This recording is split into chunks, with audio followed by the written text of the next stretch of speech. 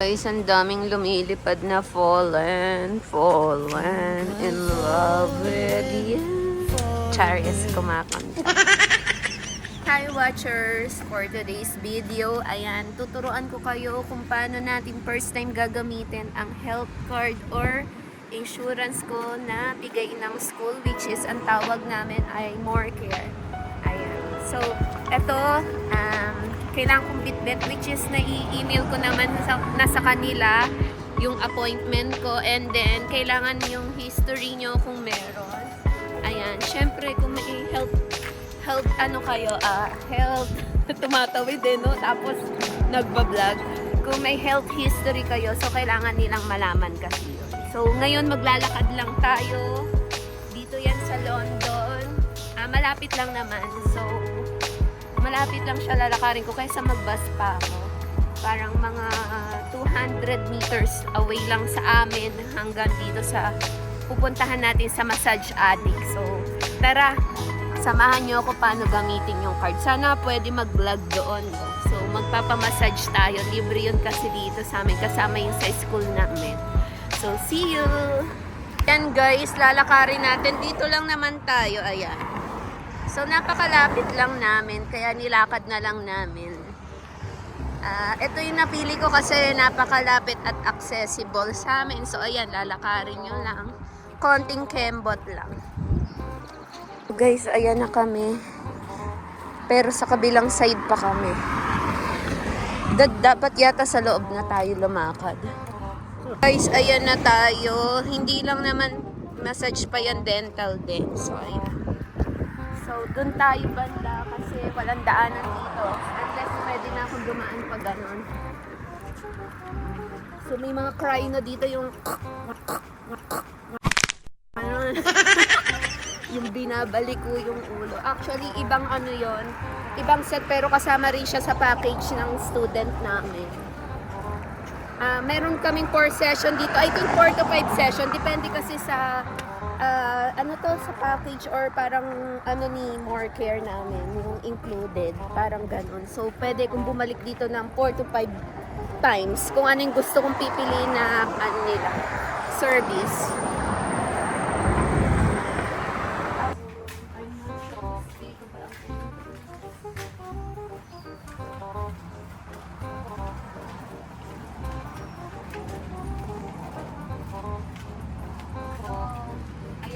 Yun na nga yata yung entrance.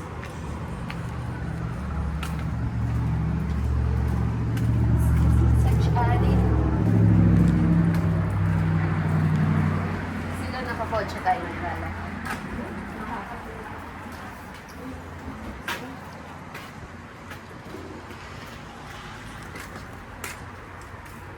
I think it's them. Hi. May I ask, is the massage addict? They are upstairs. Upstairs. If you walked around the building, I'm vlogging, sorry. is he making a TikTok?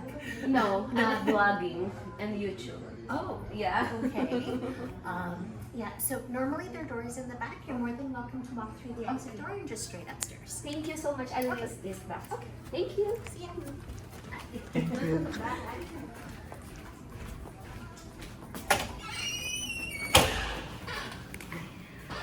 So guys, second floor si massage addict. Medyo kinabahan si Miss Beatrice.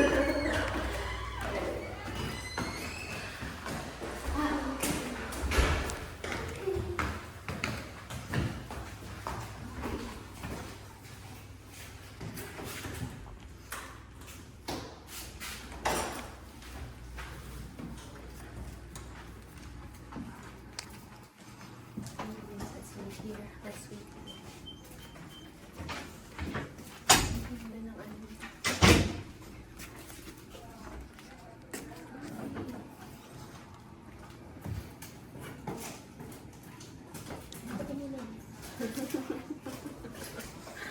So guys, ang appointment kasi natin medyo napaaga tayo. So parang 10 minutes lang yung nilakad ko.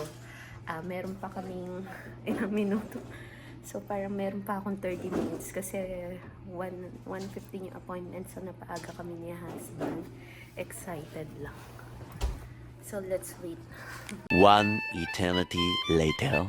So guys, tingin ko kakatok muna ako dito. Dad, relax ka lang, kinakabahan din ako mag-English.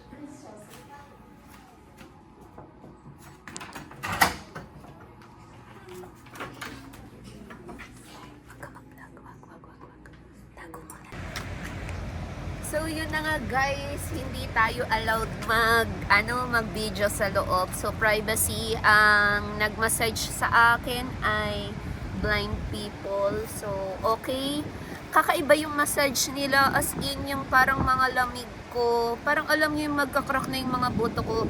Ang gamit nila talagang eto, yung braso. So ibang-iba siya sa massage, pati parang nag-focus sila sa likod. Yun yung matagal, parang almost 30 minutes yung likod. Then legs, wala yung kamay. Pati yung leg ko, yun lang yung naging parang naging priority. Tapos, ayun nga, may nakilala akong Pinay, taga Cebu siya. Hello, Ate Eunice! And then, ayan, ang bilis ng approval dito, ayan, approval ng insurance. So, see you again, guys, sa susunod nating video. Lamig! So, yun na nga guys, nakauwi na tayo. Hindi na ako nakapag-vlog sa labas kasi sobrang lamig. Siyempre, alam niyo yung kaka-massage lang sa akin. Tapos, tinitignan ko kung marumi yung pa ako kasi hinawakan din sa massage siya, no? Anyway, first time ko na-encounter yung massage. So, may pagpipilian kasi doon. Ang pinili ko is deep tissue. Then, 1 hour yung massage niya. Parang ang ginawa kasi nila, iniipon nila sa isang part yung lamig mo, tapos tsaka nila dudurugin. So, ganun yung nangyayari. So, nararamdaman ko ang sakit-sakit sa likod na parang mababalian ako na. Pero masarap. Kumbaga, hindi siya katulad nung ine-expect ko massage sa atin dyan, or parang hilot kung tawagin kasi sa atin dyan, no? So, talagang more on tissue yung tinira sa akin. At, sad to say, hindi minasage yung kamay. So, talagang paa, likod. Then, itong laman lang ng neck. So, hindi na ako nakapag-vlog ng matagal sa labas kasi sobrang lamig. Ang gulo ng weather dito at nagdidilim. So, ayaw kasi na yung husband na mabasa ako. Kaya, yun. Overall, kung i-rate ko siya, siguro 8.5/10. So, yun yung rate ko. Dahil feeling ko, gumaan naman yung pakiramdam ko na lamig sa likod. So, parang nabawas-bawasan yung bigat. And then, ano pa ba? Thank you sa More Care. Ayan, shout out More Care sa insurance namin sa school. Kundi dahil sa'yo, hindi ko alam na may libre pala kaming ganito. So, maraming beses siyang pwedeng gamitin at good for 1 year. So, ayan. May certain amount din. So, mayroon din kaming dental. So, tignan muna natin kung ano pa yung mga incentives ni More Care. And thank you. See you again, guys, soon.